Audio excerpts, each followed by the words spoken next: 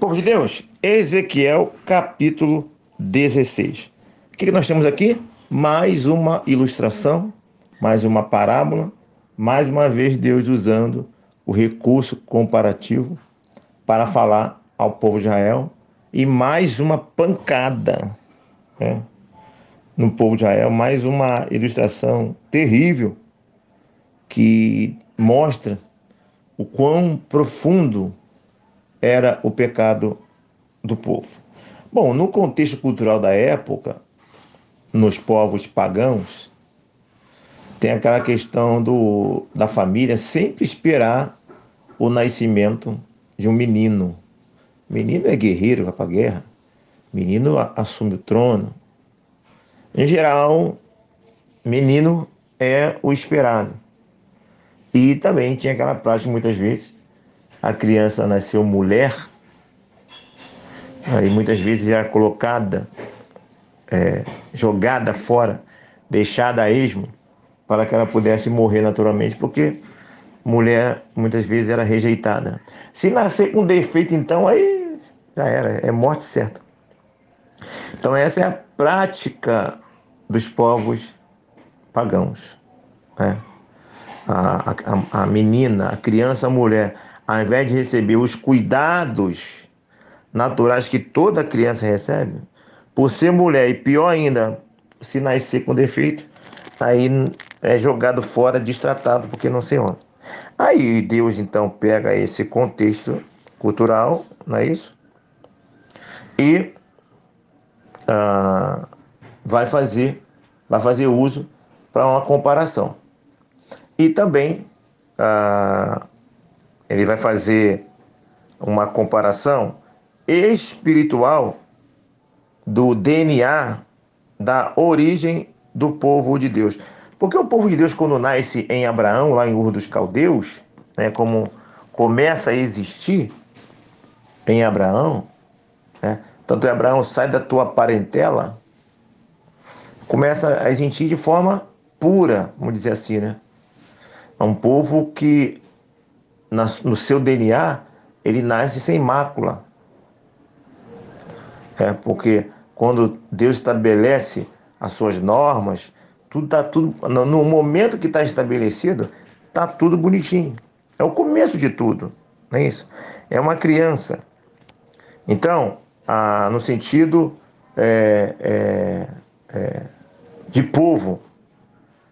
Só que, na comparação aqui de Deus, é uma comparação espiritual, né?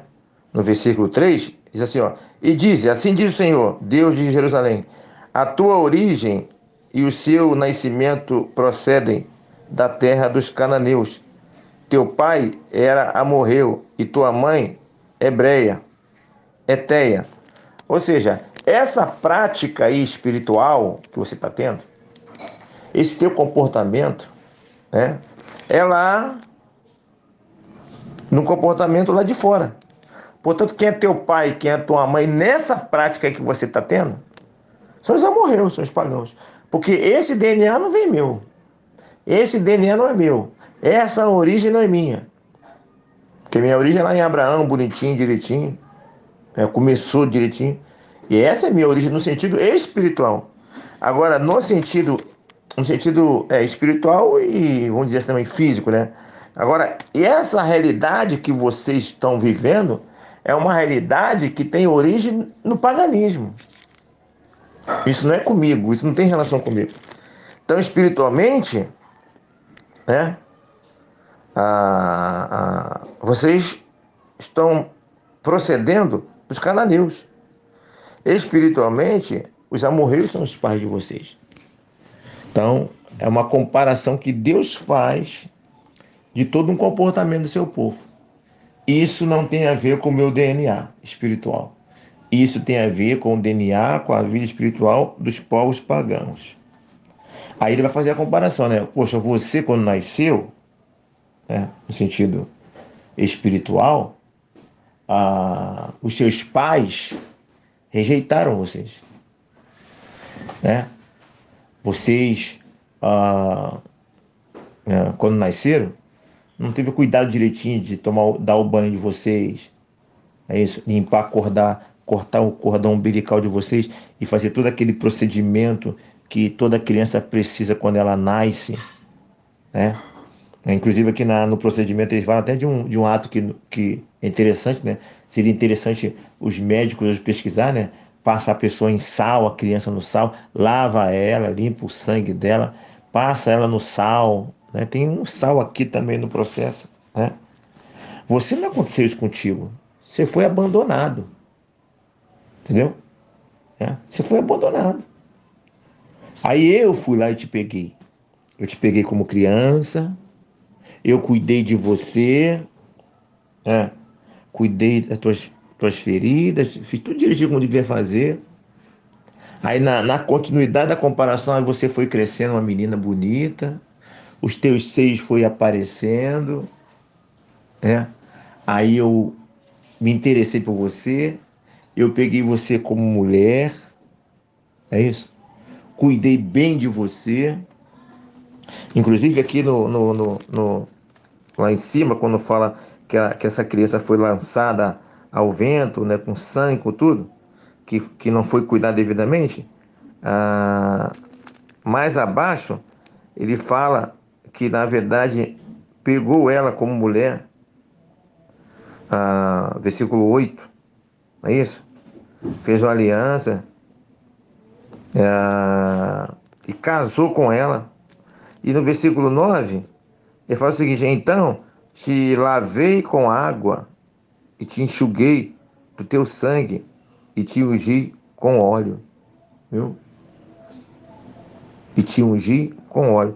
Eu até pensei aqui no versículo 9, mas os comentaristas não falam isso, não sei se na tua Bíblia fala alguma coisa. Eu até pensei que esse sangue aqui do versículo 9 é justamente o sangue do ato sexual, de um primeiro ato sexual de uma menina. Ok? Porque o sangue lá em cima é o sangue do nascimento.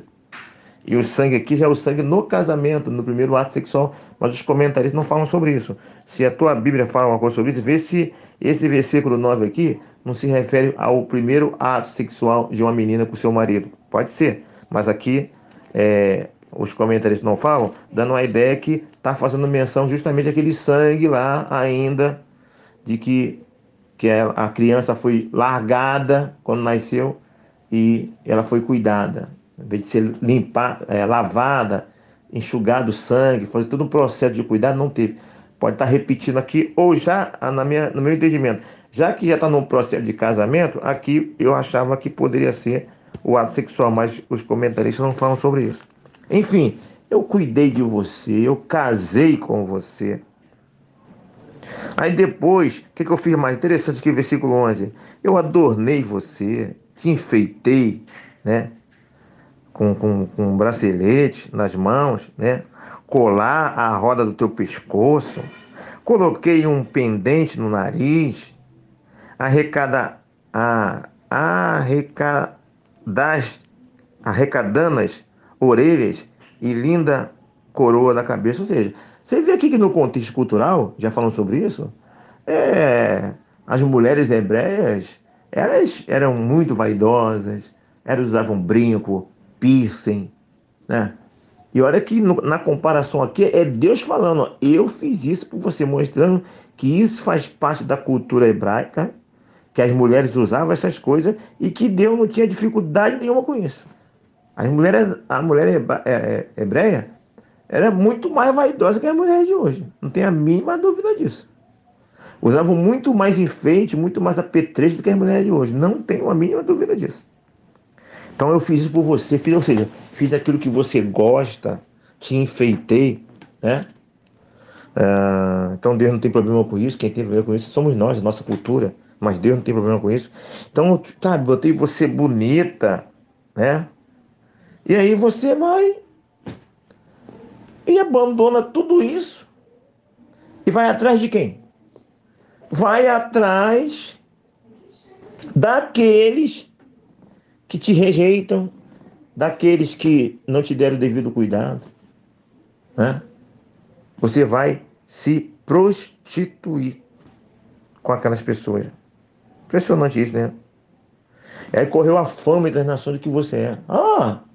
versículo 14. Né? A esposa prostituta. Né? E aí depois ele vai aprofundar mais aí a comparação. Ó, confiaste na tua formosura e te entregaste à lascívia. Graças à tua fama e te ofereceste a todo que passava para seres dele. Oferecia. Uma prostituta que se oferecia. E depois vai piorar. Olha o versículo 17. Tomaste as tuas joias de enfeites que eu te dei, do meu ouro e da minha prata, fizeste estátuas de homens e te prostituíste com elas. Rapaz, usou os presentes que havia dado por Deus para fazer ídolos. Versículo 20. Demais tomaste os teus filhos e as tuas filhas que me geraste, os sacrificastes a elas, para serem consumidos. Acaso é pequena a tua prostituição? Pegou nossos filhos, simbolicamente falando, e deu em holocausto àquele que te rejeitou. Foi isso que tu fez. Entendeu? Versículo 22. Não te lembraste quanto estava nua e descoberta e revolver-te no teu sangue? Você não lembra do que eu fiz por você? Tu não lembra daquela situação lá do que aconteceu contigo? Olha a comparação aqui, olha que como Deus está usando uma comparação ali direta, pesada. Não é isso? Versículo 24. Edificaste prostíbulos de culto. Inicialmente aqui eu pensei em prostituição cultural, mas o rodapé não fala sobre isso. Mas existia isso também, a prostituição cultural. Culto em forma de sexo. Afinal de contas, tinha a deusa da fertilidade, né, que trazia fertilidade, e a deusa era voltada para a questão sexual. O sexo é vida. Ou seja, no ato sexual, ele produz vida. Logo, quem dava a vida ao campo para produzir a fruta, o alimento, era uma deusa ou um deus.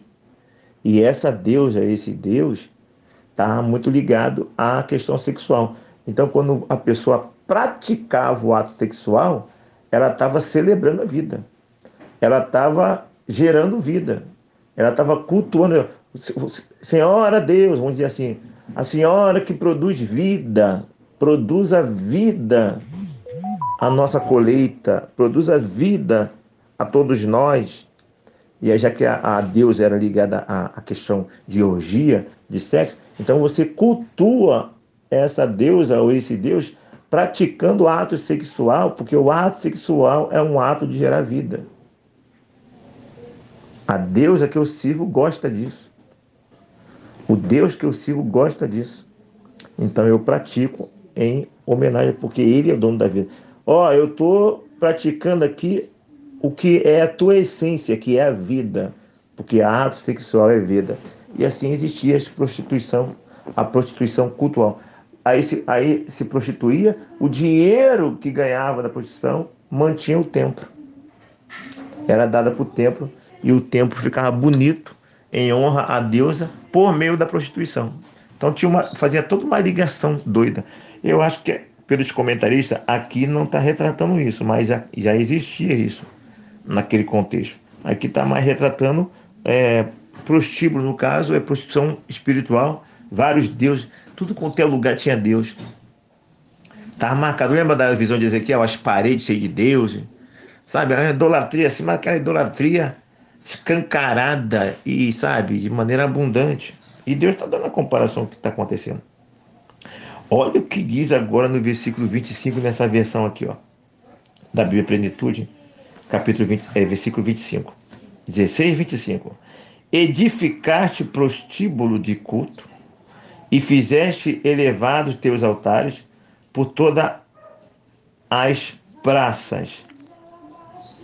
No caso 25. A cada canto do caminho edificaste o teu altar e profanaste a tua formosura e abriste as pernas a todo que passava e multiplicaste as tuas prostituições. Olha o que Deus está falando aqui de comparação. Você é uma prostituta.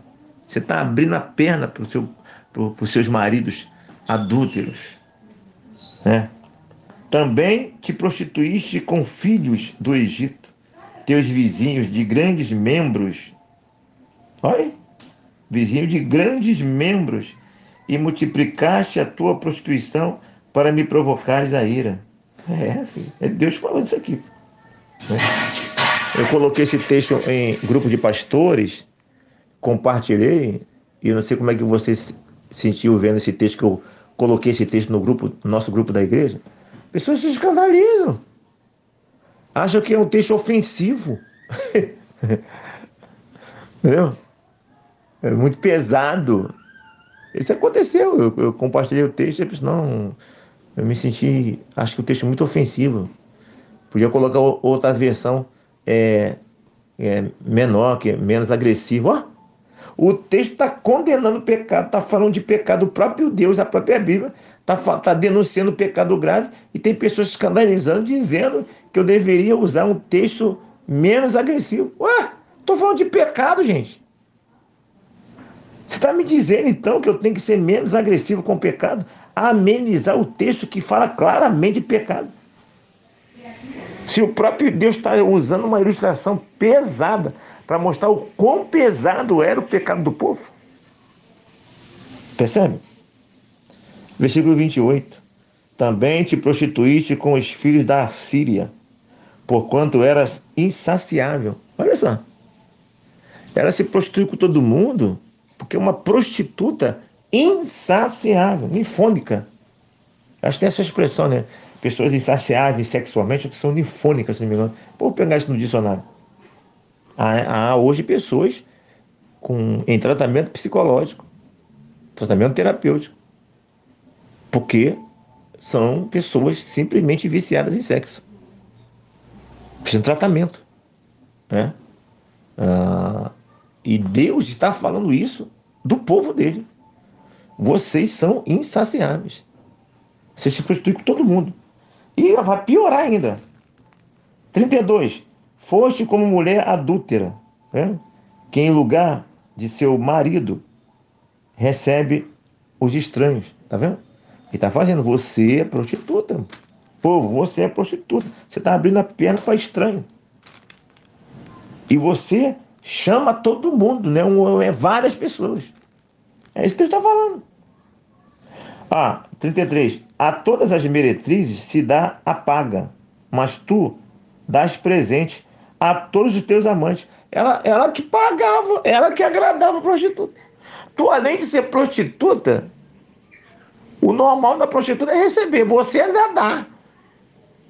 Você é uma prostituta que, além de ser prostituta, sair com todo mundo, ao invés de receber os benefícios da prostituição, você é que agrada.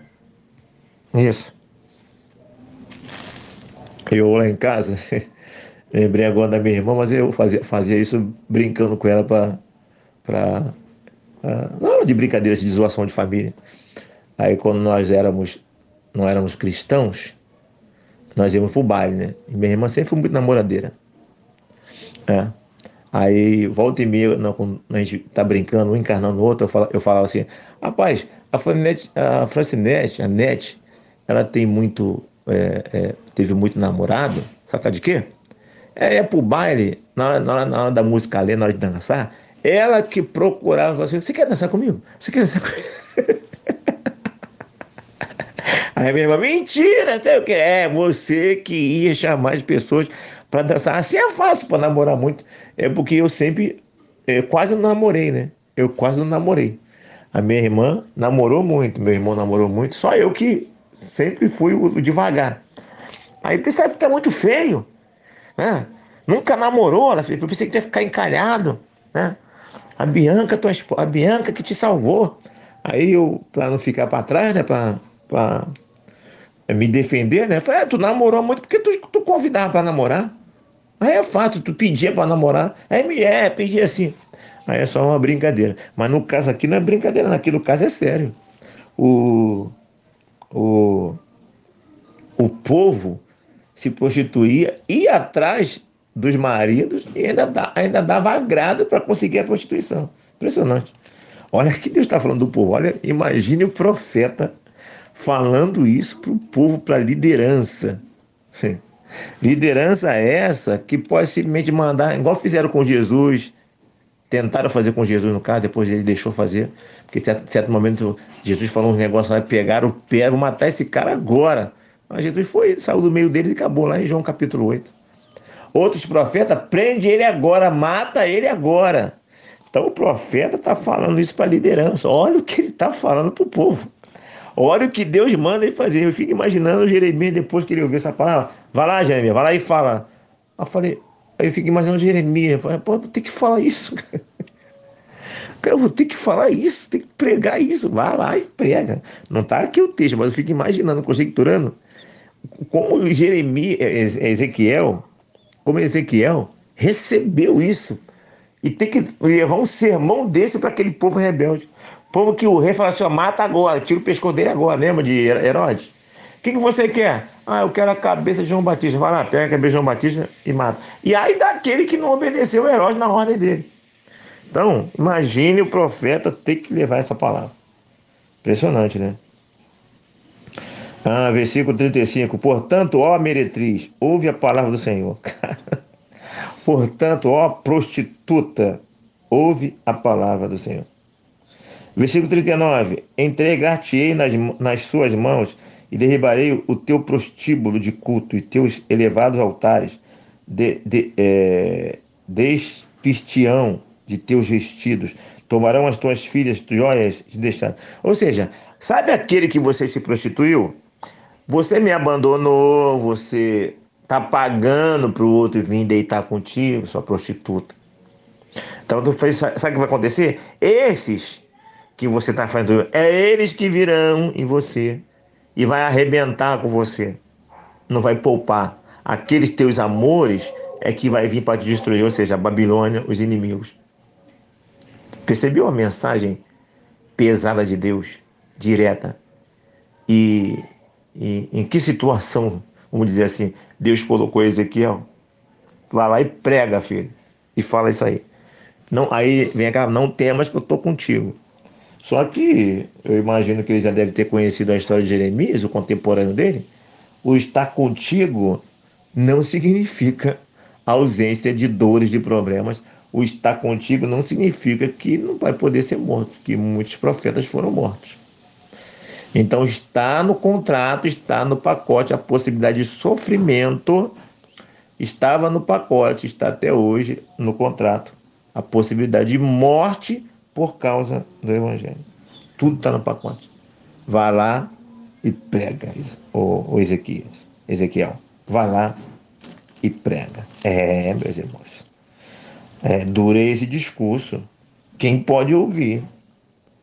Farão subir contra ti uma multidão, versículo 40. Apedrejar-te-ão e te transpassarão com suas espadas, os teus amores, a quem você se prostituiu. Tá vendo? Versículo 42. Deste modo satisfarei em ti o meu furor, os meus ciúmes se apartarão de ti. Aquietar-me-ei e jamais me indignarei. Tá vendo? Mais uma vez eu falo, a pessoa provoca a ira. O pai vai lá e fala e nada. Aquilo cria um mal-estar e que tem que ser botado para fora. Já falei sobre isso em outros capítulos, né? Aí vem aquela história que eu já falei. O pai que não pode bater no filho, a mãe que não pode corrigir com cada lei da palmada. O filho vai gerando problemas, gerando caos, e aquilo vai acumulando, o emocional vai acumulando, não pode fazer nada. Tá bom. Isso é uma vergonha, uma lei dessa. Isso é uma covardia, né? Então, uma forma de extravasar isso, de colocar essa pressão para fora, é metendo o chinelo no garoto. E o cinto com correção, sem exagero, mas tem que bater, tem que esquentar o lombo sim, por que não? Mas dentro da medida correta. Não é espancar, mas que tem que lascar o cinto e o chinelo, tem. Né? Foi isso que Deus fez. Todavia, não só andaste nos teus caminhos, nem só fizeste segundo as tuas abominações, mas como se isto fora muito pouco, ainda te corrompeste mais do que elas em todos os teus caminhos. Rapaz, juntando tudo, Deus falou assim, ó, vocês estão piores do que Sodoma, Gomorra, do que os povos vizinhos. Vocês estão piores do que isso aí. Não bastasse fazer e foi pior. Aí tem uma revelação aqui interessante de Ezequiel, ó. Versículo 49. Eis que esta foi a iniquidade de Sodoma, tua irmã. Qual foi a iniquidade de Sodoma? Soberba, fartura de pão e próspera tranquilidade teve ela e suas filhas, mas nunca amparou o pobre e necessitado. Foram arrogantes, fizeram abominações diante de mim, pelo que em vendo isto, a removido ali. Então aqui a seleção de pecados. Os mais específicos, soberba, tinham riqueza, fartura de pão e não ajudou o necessitado. Lá, por isso que Sodoma e Gomorra foi prejudicado. Eu já comentei com vocês uma vez, um colega meu petista, de esquerda, querendo defender defendendo indiretamente alguns movimentos que não correspondem à nossa doutrina, né, do grupo LGBT, querendo dizer que o Sodoma foi destruído por injustiça social e pela soberba, querendo desconectar de prática homossexual. Mas o texto fala aqui de abominações, fizeram abominações diante de mim. Né? Abominações. Né? Então, soberba é abominação? Praticar injustiça social é abominação? É pecado, né? É muito mais do que isso aí. Entendeu? Então teve sim soberba, teve sim injustiça social, teve prática de imoralidade homossexual. E o próprio texto mostra isso lá no capítulo 18 de Gênesis. Entendeu? Então, às vezes nós falhamos porque só pensamos em prática homossexual, como destruição de Sodoma e Gomorra. Mas não foi só prática de homossexualismo, foi prática de homossexualismo, de injustiça social, de soberba. O negócio é muito mais amplo. Então nós erramos também em restringir. O negócio é mais amplo. Percebe? 52. Tu, pois, levas a tua ignomínia, tu que advogaste a causa das tuas irmãs, ou seja, os estrangeiros, pelos pecados que cometeste, mais abominável do que elas, mais justas são elas do que tu sozinho. Se juntar Sodoma e Gomorra, as outras nações, você pecou mais do que ele. Que isso, mano? Misericórdia. E o curioso é que esse povo que pecou mais, o povo do norte, lá das 10 tribos, que pecou menos, aborreceu menos ao Senhor, não recebeu garantia de volta depois de 70 anos. Futuro eles vão ter volta. Não recebeu garantia de volta depois de 70 anos. E esse povo que pecou muito mais, recebeu garantia de volta depois de 70 anos. Engraçado isso, né? O povo de Judá que pecou mais, teve algum benefício que não foi dado ao povo do norte que pecou menos. Por que isso? Soberania de Deus, e lembrando que Deus tinha dado uma palavra lá atrás, né? Que o cetro não se arredaria de Judá e que ele tinha feito um pacto com Abraão, né?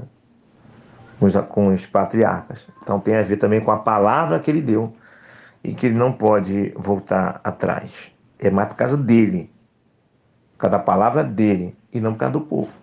O referencial são os propósitos dele. Apesar de ele estar denunciando que aquelas pessoas cometeram mais pecado do que os outros, o retorno que eles teriam depois de 70 anos, ou não receberiam algo maior, não é por causa dele, porque Deus olhasse só para eles, já era. Deus estava considerando a palavra dele e os projetos dele. Ok? Tá aí. Hoje foi só apenas um capítulo, né? Estamos trabalhando aí 2 capítulos de Ezequiel, mas esse capítulo é muito rico, muito grande, e decidimos trabalhar só um capítulo de hoje. Que essa prostituição esteja longe da minha vida, da sua vida. Ainda existe muita prostituição hoje, e que possamos fazer parte daquela minoria que não se rendeu a Baal. Aqui, Pastor Renê, pense em todas essas coisas e que Deus nos abençoe.